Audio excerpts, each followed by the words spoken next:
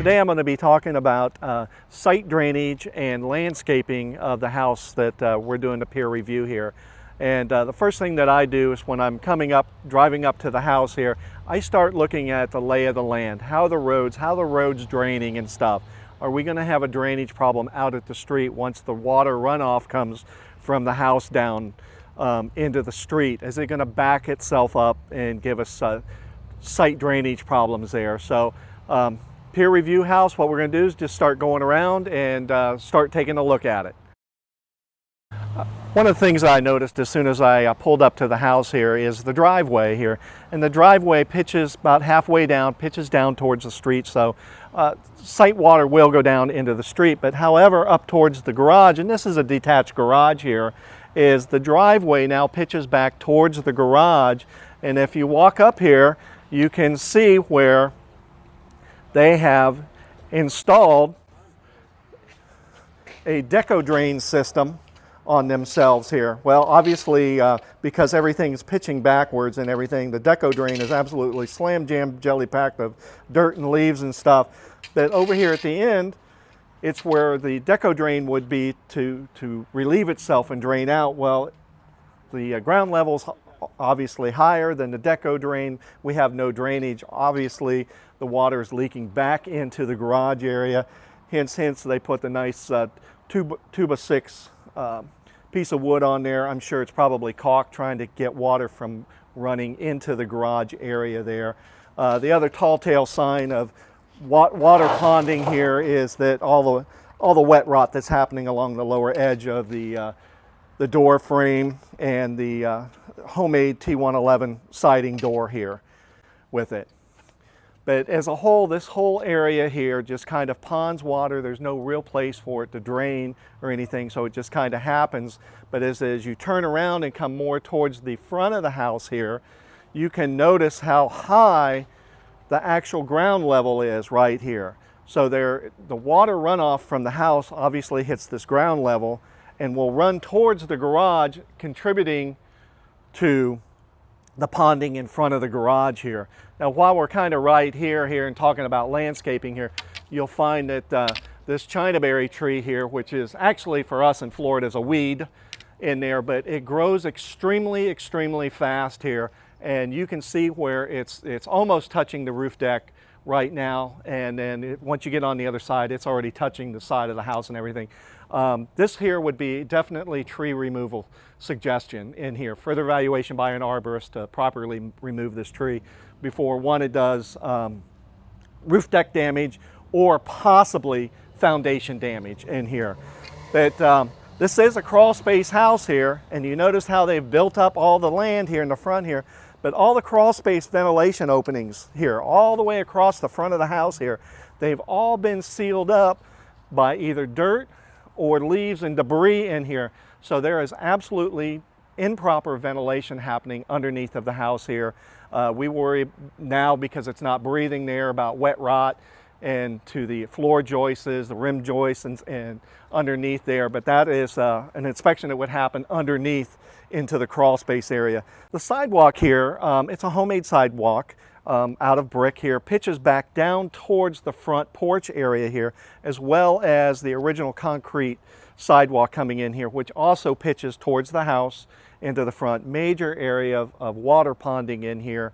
If you look up at the roof, you can actually see how much rainwater we would be getting off of the roof deck system right onto the front porch area here.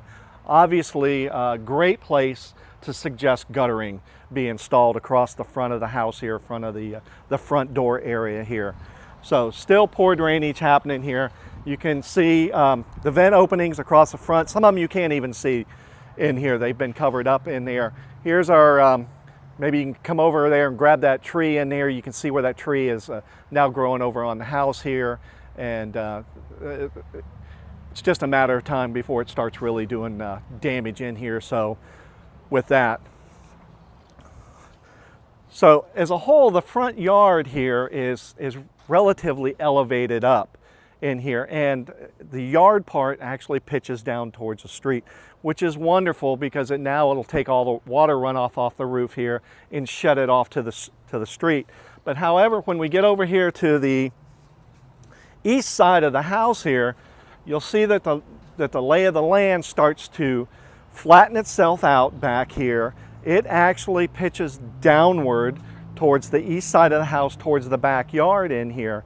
So what we have to worry about is the backyard going to be able to drain coming back here. Lots and lots of low areas here, but one of the blessing part is that our crawl space vent openings here, because are now open and accessible here.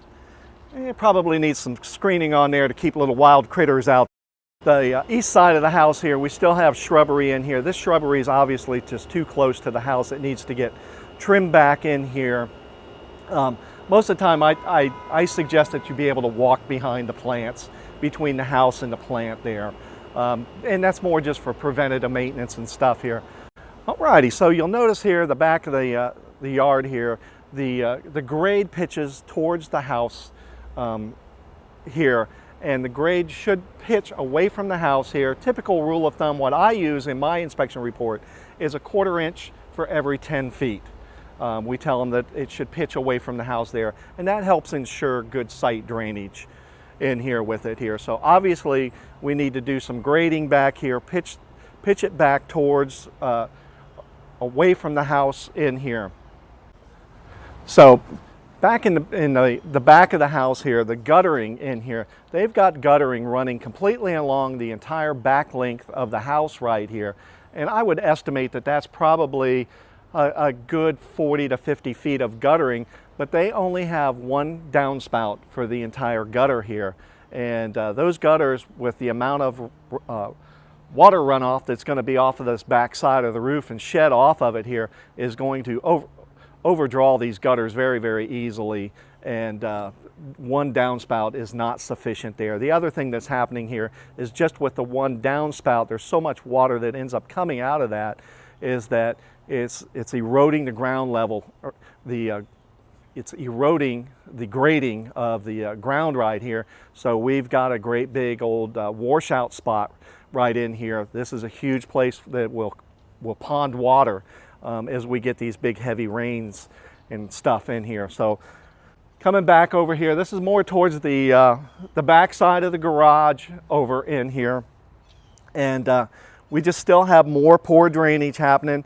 This obviously all pitches back towards the garage here. There is a rear exterior door for the garage in here.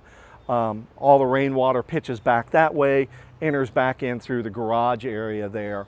So definitely site drainage correction needing in here with this. You can see that this has just kind of been the storage area for just Homer the homeowner here and stuff there, but you've got all the water shedding off of the garage area here, and it just collects over here. So this is one of the contributing factors to the poor site drainage that is actually occurring at the front of the garage right there, because it's just not giving it any place to drain off there, and just causing all that ponding of the water in there.